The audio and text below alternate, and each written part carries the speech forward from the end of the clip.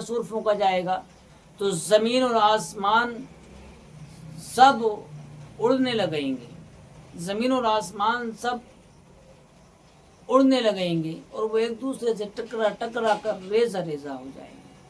پھر آسمانوں کے متعلق فرمایا کہ آسمان پھٹ کر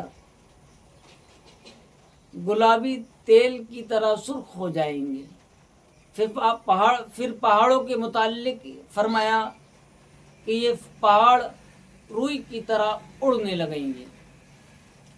اللہ کے رسول صلی اللہ علیہ وسلم ارشاد فرماتے ہیں کہ زمین اور آسمان تمام چیزیں، چاند، سورج، ستارے، یہ تمام بے نور کر دیے جائیں گے، یہ آپس میں ٹکرا کر ریزہ ریزہ ہو جائیں گے۔ غرض ساری کائنات فنا ہو جائے گی اس واجد حقیقی کے، اور کوئی نہیں رہے گا۔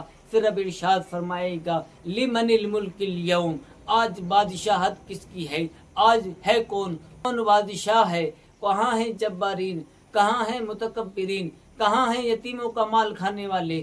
کہاں ہیں یتیموں بیواؤں کا مال کھانے والے؟ کہاں ہیں غریبوں کو ستانے والے؟ اس وقت تمام لوگوں کی زبان پر لکنت طاری ہو جائے گی، سختہ طاری ہو جائے گا، کسی میں کچھ کہنے کی گنجائش نہ رہے گی۔ پھر رب قدیر خود ہی ارشاد فرمائے گا للہ الواحد القہار، آج جو سلطنت ہے، آج جو بادشاہت ہے، وہ اللہ واحد قہار کے لیے ہے۔ حضرات محترم، اللہ رب العزت کے لیے ہیں۔ تمام کائنات فنا ہو جائے گی، تمام چاند و سورج بے نور کر دیے جائیں گے، اس زمین میں جو کچھ ہے تمام ختم کر دیا جائے گا، تمام انسان، تمام جنات، تمام فرشتے، تمام چیزوں کو ختم کر دیا جائے گا۔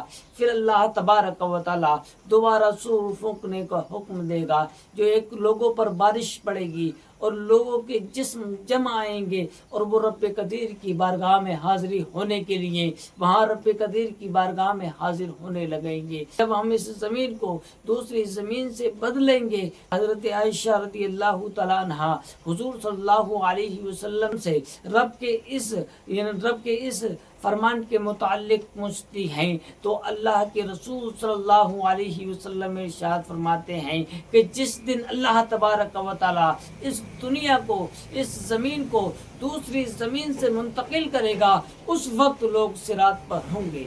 حضرات محترم، اس لیے ہم رب قدیر سے دعا کرتے ہیں کہ رب قدیر ہمیں اہدنا الصراط المستقیم پر چلنے کی توفیق عطا فرما۔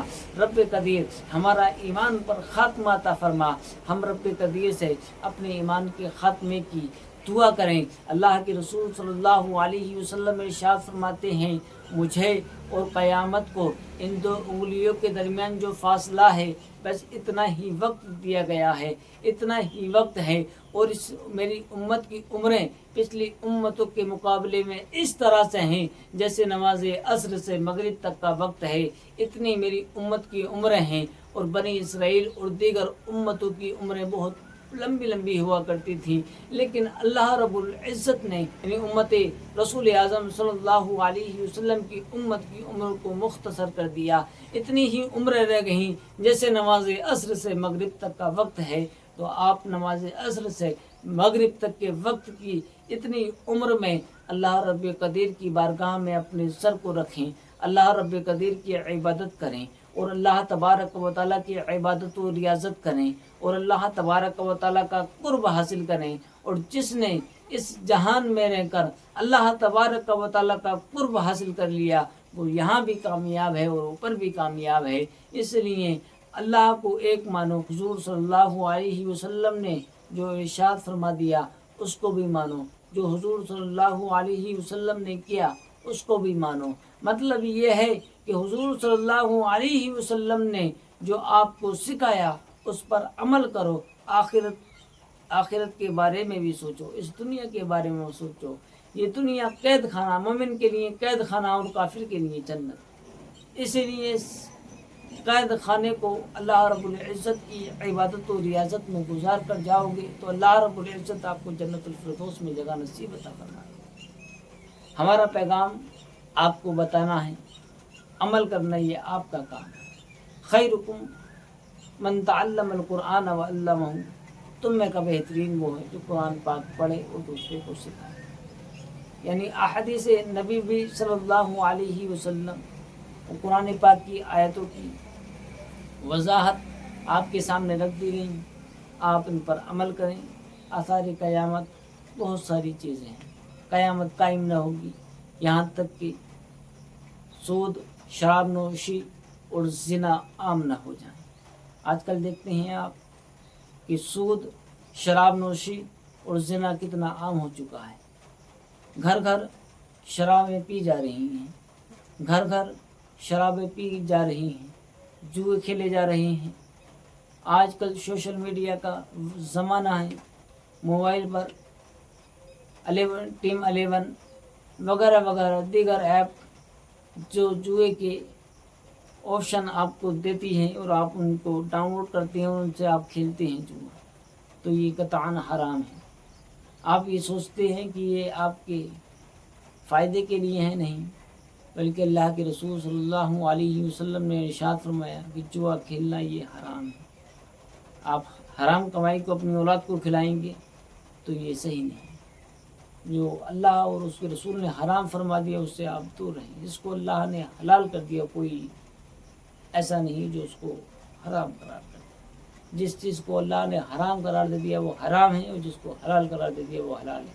تو آپ حلال چیزوں کو کھانے کی کوشش کریں، حرام کی طرف نہ بڑھیں۔ کسی بیوہ کا یا کسی کا حق نہ کھائیں، صرف اپنے ہاتھوں کی کمائی کو کھائیں۔ جب آپ کمانے جاتے ہیں اور اللہ تبارک و تعالیٰ کی عبادت و ریاضت کرتے ہیں تو اللہ تبارک و تعالیٰ جو آپ کی کمائی ہے اس کو بھی عبادت میں شمار کر دیتا ہے۔ اس لیے آپ کو چاہیے کہ ہم اللہ رب العزت کی عبادت کر رہے ہیں تو ہم کسی کے مال کو نہ حق نہ کھائیں، کیونکہ قیامت کے دن کوئی کسی کا پرسان حال نہیں ہوگا، تمام رشتہ داریاں ختم کر دی جائیں گے۔ اس وقت کوئی کسی کا نہیں ہوگا۔ اس وقت تمام لوگوں کو اپنی پڑی ہوگی کہ میں ہوں، میرے علاوہ اور کوئی نہیں۔ جہنمیوں کو جب جہنم میں دیکھا جائے گا تو ان کے نیچے والے ہوٹ ان کے نیچے ناف تک ہوں گے، ان کے اوپر والے ہوٹ ان کے اوپر تک ہوں گے۔ ان کو کچھ نظر نہیں آئے گا، وہ صرف یہی سوچ رہے ہوں گے کہ اس جہنم میں میرے سوا اور کوئی نہیں، میں ہی اس جہنم کے اندر ہوں۔ تو آپ اس جہنم سے اللہ رب العزت سے پناہ مانگیں کہ اللہ رب